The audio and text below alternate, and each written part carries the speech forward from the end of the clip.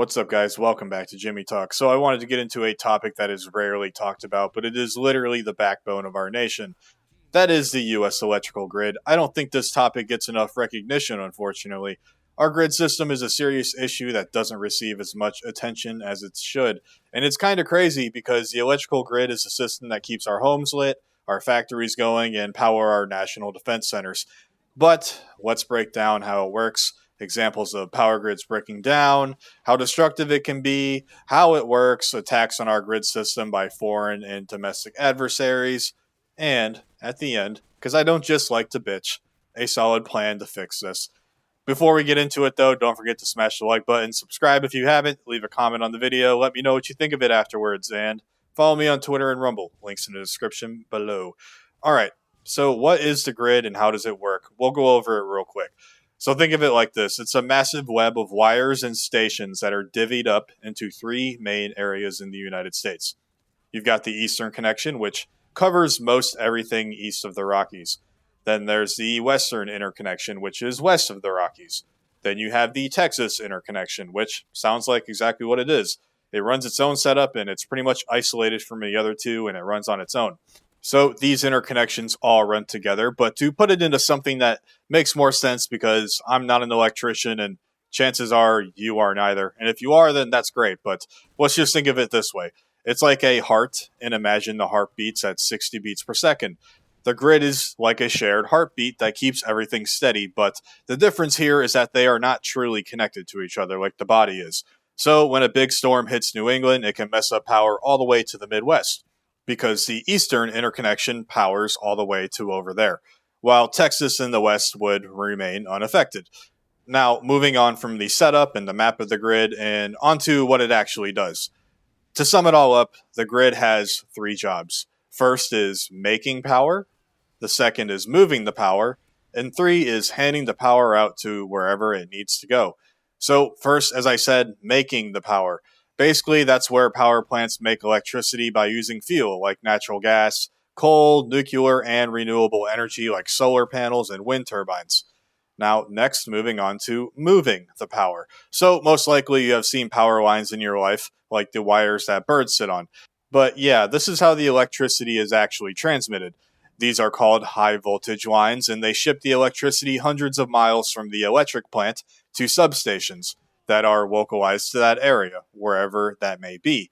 Now, lastly, handing over the power to where it needs to go. As I said earlier, we went from the power plant to the substation, and now we're at the final step. These substations then transfer the electricity to low voltage lines, stuff you'd see around your neighborhood basically, and they drop it off to your area, like houses and businesses. And when this happens, the low voltage lines are basically lowering the voltage at those substations, so your appliances don't form a massive electrical overload and explode. All right, so that's basically how it works then. So with all of that, there is thousands of miles of those transmission lines and millions more for distribution running through nearly every corner of the country. Now, we know how it works. Let's go over who exactly manages and works on this. And by the way, all of this pretext is necessary to go over so that we can understand what we're talking about later and the critical importance of the infrastructure. And it'll be real quick. I promise you it gets better. Just stay with me, okay? So the people who manage this is utility companies. They're regional operators for the substations and a federal agency called the Federal Energy Regulatory Commission. And these people also manage it. They are constantly managing the supply and demand of the electricity. And yes, you have to manage this in real time because you can't stockpile electricity. It is not something you can stockpile like the stuff I talk about in my prepping videos, like food, water, medical supplies, or what have you. It's got to be balanced in real time. Now, in a world where globalists push foreign influence, let's remember, this grid represents our God-given control over the land. It's extremely paramount that we protect this. Now, moving on to how exactly this grid system is important. After that, we'll look at the problems our grid has and how it's attacked by foreign and domestic adversaries. If this video seems boring, again, like I just said, trust me, it's going to get a lot better. Just stick around. So how critical is the grid? Let's move on now. The grid is way more important than people think, and the grid doesn't get enough love, in my opinion. The grid is not just wires and poles. It is truly and genuinely the lifeline of the country. Without it, society would legitimately come to a complete stop. Think of what happens when a hospital loses power for ventilators and surgeries and the backup generators go down too. Imagine a train in New York City that is completely derailing. Think of the water treatment plants completely shutting off the clean water, or the stock market crashing without any real time data feed to even tell people that it happened. And then they get the power back and suddenly everything's at zero. Maybe not zero, but you get what I'm saying. It would go down dramatically. So this would all be catastrophic. And as of recently, with AI getting big and all that, and basically eating up all the electricity, and add to that as well, all the new electrical vehicles coming out, and they're constantly charging, it's even tougher on the already fragile grid system. Our country and its economy needs it now more than ever for defending the homeland. So blackouts don't just flip a switch on a house or something. It's like a cascading domino effect. One glitch in the grid system will affect millions of people just like that at the snap of your fingers, as well as costing billions of dollars because you have stuff like construction, and this would completely shut down. The grocery stores would lose all their products, like in the freezer and the fridge section. Not only that, but also your own fridge, and even maybe a retail store, let's just say it has fancy stands to hold up its products. They all go flying to the floor. It wrecks everything. Nobody can buy anything anyways unless they have cash. We have seen this happen before, like the 2021 Texas ice storm. The feds do recognize it as critical infrastructure under the Department of Homeland Security rules, meaning threats to the grid is equal in danger to the lives of our citizens and national defense. The grid is linked with so much, like transport, communications, healthcare, national defense, construction, consumer goods and businesses, and just literally everything. So if the grid dies, so does the whole country. So from the patriot viewpoint, which is my audience, unless you're one of those commies from my last video who was soyjacking in the comment section, then this doesn't apply to you. But anyways, this highlights our duty. We must protect the pillars of civilization in America. Libtards and fake right-wingers are just letting it decay by chasing green fantasies, which are not nearly as effective, I'm telling you. As patriots, we need to rebuild it and rebuild it strong, and we need to secure our heritage and our birthright and our people against the evil forces of the world. And we cannot do this without the grid. So now I hope I got your patriot blood running with that. Let us discuss the severe problems with our current grid system. Now, we've discussed the grid, how it works, how important it is, but here's the issue. The grid's crumbling apart, and it's not just from hackers and bad weather storms you hear about sometimes. There actually is a deep systemic rot from decades of neglect, and there's also changes in technology and also foreign and domestic adversaries attacking the grid and exploiting our openness. We have studies now coming out that warn us of blackouts coming, and they're predicting that these could spike by over 100% by 2030 if we don't act now, especially with all the old power plants we have and the workers retiring with no one to replace them, and the demand for more electricity is exploding. Now let's get into the main issues of this. First, as I kind of just mentioned, we have aging infrastructure. A ton of our substations and low voltage lines were made back in the 1930s, the 40s, and the 50s. All of the transformers, lines, and substations are close to or way past their shelf life, so to say, and they need updates and fixes and sometimes even complete replacement. This aging infrastructure is breaking down all the time and wasting energy. So you may be thinking, well, why not just fix it? And really, it's because it's expensive. The fixes can cost billions of dollars, but our government is more concerned with sending aid to Israel and importing more third worlders and other useless spending expenditures other than that, which fucks over the homeland. But yeah, without upgrades as demand rises, we're staring down the barrel of a massive citywide blackout all across the country in various cities that would destroy communities that people like you and I live in. Now, moving on to the next bad thing in our grid system, and this coincides with the next reason that I'm about to list. Remember, I just said our grid was aging, and also we have technology advancements since then. And with that aging and new tech comes the cyber attacks. The grid is updated a bit since they were initially installed, and a lot of it is digital. We have stuff like smart meters, and these are called SCADA systems, which is essentially just computers monitoring everything. Like I said, I'm not an electrician, I just read about the topic. But anyways, this tech, just like any other tech really, is vulnerable to hackers. Foreign spies could remote shut it down, and our national defense system and federal agencies account for this stuff in their hypothetical planning of war games. So, yes, it is a legitimate threat, and it's already being accounted for. It's extremely severe, but it's not mentioned a lot, and it is honestly a bit underplayed. And I think it's underplayed just to avoid panic from the masses. But one big breach from China, Russia, or even a citizen who just hates the homeland because they're a piece of shit means days or even weeks of potential darkness. Most utilities, too, are vulnerable due to little oversight, and the privately ran substations are guarded by nothing but a chain link fence most of the time. Now, speaking of chain link fences, this brings me on to the next big vulnerable point of attack in the grid system, and that is physical attacks.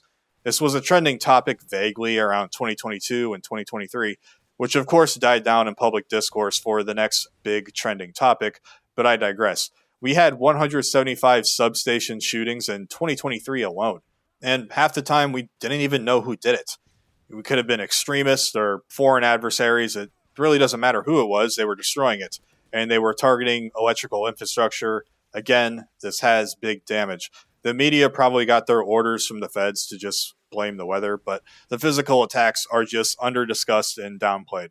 A lot of these electrical sites, especially ones in rural areas, really just have no security, and recovery from an attack could drag on for months with no way to simply just fix it quickly sometimes. Now, the next threat is the one we all know about, and that's the weather. Not much you can do about that, but it is, not just snow and ice storms either. It's heat waves can mess with the grid as well, and they can even lead to a fire, especially in dry areas where wildfires are common, like out west or in the south, like Louisiana and Florida. There's flash floods, which could fry the power lines. Another part of this that I'm going to add to this sort of weather section would be animals. They also attack and they short lines sometimes. Another vulnerability in this is the fragmentation of the grid itself. This messes with the states, especially the border states and three grid areas with electrical sharing. Subtly, this does open us up to divide and conquer tactics from enemies, something that's not really discussed a lot. And last but not least, a vulnerability is the supply and demand, which works in the grid itself. With all of the new AI stuff going on and many more data centers coming up, especially with AI and government contracts like Palantir and even private sector AI like Meta, this is going to raise the demand of electricity up a lot. We have also been ditching coal and nuclear energy without sound replacements, leading to even more supply and demand problems. Now, we're done with this subsection, but to sum it up, all of this piles up. The old infrastructure crumbles easier and heat or under cyber warfare hacking. And half-assed fixes are rolling in, but we need aggressive investment into the grid system. Now, moving on, let's discuss real-life examples of the grid collapsing and blackouts happening. So all these attacks or vulnerabilities I just talked about, let's see what happens afterwards. Then we'll get to the best part, which is a plan to restore American energy dominance. So here's what actually happens in real time whenever a grid shuts down. We had the 2003 Northeast blackout, which is a software bug plus a downed tree that just went on a line. Can't really do anything about the tree, but a software bug is kind of bad. But this happened in Ohio, and it affected 55 million people in 8 different states and also in Ontario, Canada. It took almost $8 billion in losses, and it took up to 5 days to fix in some areas. So, next, 1977, New York City blackout. Within only 24 hours of the blackouts, riots and looting happened en masse with $300 million in damages. That happened because of lightning strikes directly on power lines. 2012, India. 400 million people affected with the power being out for 2 days. Factories stopped, trains stalled with people trapped inside of them, hospitals lost power and people died from it, and water treatment plants shut down, leading to massive unrest and protests. It cost approximately $100 million an hour. 2019, Venezuela. Nationwide blackout. 30 million people affected. $1 billion lost. 2017, Hurricane Maria in Puerto Rico. Now, this was a hurricane, but I'm still going to include it in a blackout scenario. It was a total collapse, and 3.4 million people went without electricity for months, some of them even for a complete year. It's 3,000 deaths from no dialysis or oxygen running, and $90 billion was lost. These proved blackouts are a chain reaction, turning small errors into breakdowns across multiple areas. Now, when some people see this, they simply just see an accident from all of this, but us nationalist types see a systemic failure. We shouldn't allow this to happen. Now, let's put a solution in place to fix America's energy crisis. With no globalism, no foreign powers first, no excuses, just American strength. The empire is going down slowly, but we cannot allow this to happen. Now, step one is to actually utilize American resources.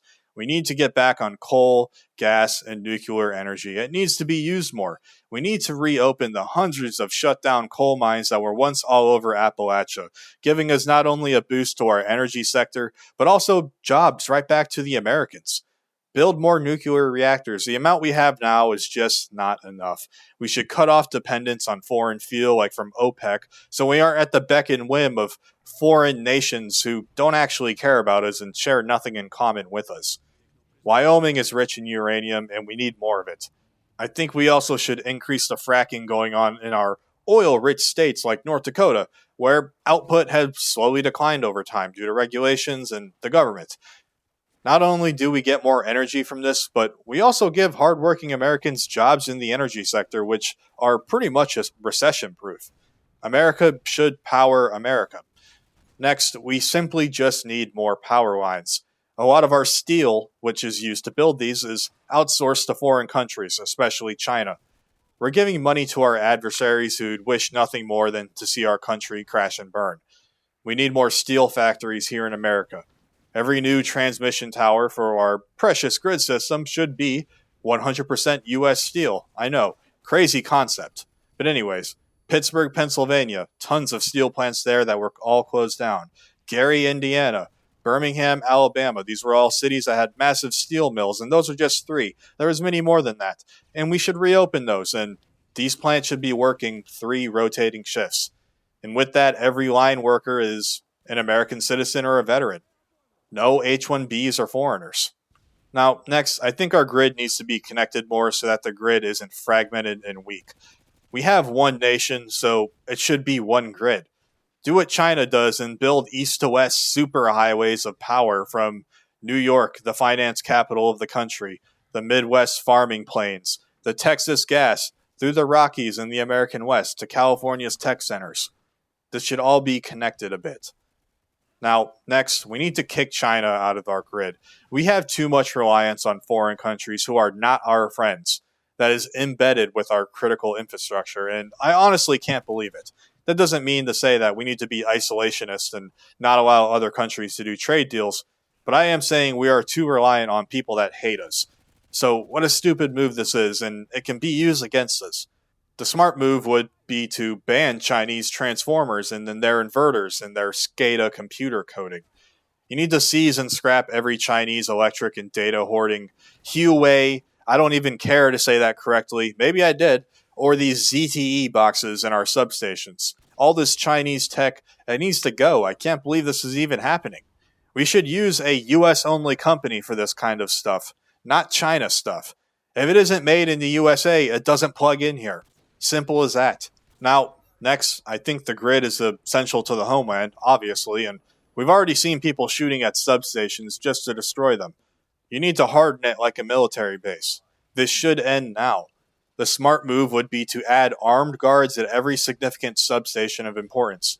Ideally, these would also have concrete walls, and the cherry on top would even be drone jammers, but anyways, this is for national security defense as it's already defined by the DHS. And if it sounds like too much, would you rather have security at a substation and an American with a job, or simply don't have power because a Trantifa insane leftist shot at it? Another simple security measure would be motion lights. There should also be a stockpile of already completed and ready to deploy generators in case of energy loss or outages. We should stockpile a lot, maybe like 500 American-made transformers, and keep them in a bunker somewhere. Next, besides physical security, we need to defend it with cyber defense. These grids seemingly get hacked too often, and that's a major issue. You shouldn't protect physically only, you also need to protect it digitally. We need federal agents from the U.S. Cyber Command, the NSA, and the private sector's top engineers for cybersecurity. There should be zero foreign coding on top of that in our grid system, which there is now. The software should be written in Ohio and tested in Texas. Can you believe that these foreigners have written our code for us and they know the exploits? Now, some of you might be saying at this point, but the wholesome heckin' chungus global economy, Jimmy. We make money from this and we need other countries to help us with our grid. And I don't even necessarily disagree, but I also don't think we need to rely on them so much. That is why I propose we pay for it by cutting all wasteful spending. And I know this sounds a bit idealistic, but it's true and it's really the only way to do it, especially for foreign aid that does not benefit us. There is an argument to be made that foreign aid helps us, and I honestly kind of agree with this, as it can expand our influence in the world. I don't even disagree, but I am referring specifically to the wasteless and the needless foreign aid, as well as the other useless government spending projects. And we do that, and we're golden. I guess Doge didn't really do anything, but it was fun while it lasted, I guess. But anyways, we can easily invest another $500 billion over the next 15 to 20 years, like zero interest loans to utility companies, with money saved on wasteful government spending. It's the only way we can really do this. America comes first, and then the other countries begging for our help come next. 99 cents of every dollar should stay in America, and the other pennies added up over time can go to a foreign country only if it benefits us, and not other countries like Israel, where we gained nothing strategically from it. I will play devil's advocate from the U.S. government, not mine, but the U.S. government's standpoint that Israel is an ally in the terms of strategic interest in the Middle East, but we do send them too much money and they take advantage of us. And I'm obviously very clear about that on this channel. If you don't watch a lot, then yes, just be aware of my past videos. I definitely do call this kind of crap out. But I digress. Anyways. Next, we need to train millions of Americans to be grid warriors. We need to introduce a Patriot trade school for Americans who want to serve the homeland. If you don't want to join the military, which is understandable to be honest, and you still want to serve the country, we should have something like a Patriot trade school, and it's under the condition they work for the country for 5 years or something like that. We would produce the best and brightest linemen, all Americans only. We would have the best welders and we'd have the most top-notch electricians. They will all receive an excellent salary with benefits once all that wasteful spending is slashed, and it would be an all-American team. There would be no DEI, and there would be merit-based promotions only. I think this is a great idea, and I haven't really ironed out the fine details of that yet, but again, this is kind of idealistic given the swamp that has not been drained, and Trump is honestly one of them now, unfortunately. But anyways, we'll go on to the next one. We need to declare energy independence, and permanently. Once again, the grid is America first and America only. The grid shall never again rely on foreign parts, rely on foreign fuel, and rely on foreign code. Ideally, we should mandate microgrids for new factories, new data centers, and new military bases. And they should be fueled solely and only by U.S. energy. Alright guys, that's all from me today. I wanted to talk about the grid and how damn weak it is, and point out the glaring hole of how everyone is missing this as background noise in the chaotic world that we live in. Let's ground ourselves, no pun intended, on the heartland and our critical issues. So the bottom line is this. America first means energy first. We don't produce anything here and we need to change that. No more OPEC, no Chinese parts, no more irresponsible blackouts that could have been avoided. We shall build it, feel it, defend it, and own it. That is how we win. That is a humongous step forward. God bless you and your families, and remember, America first and only. Jimmy Talks out.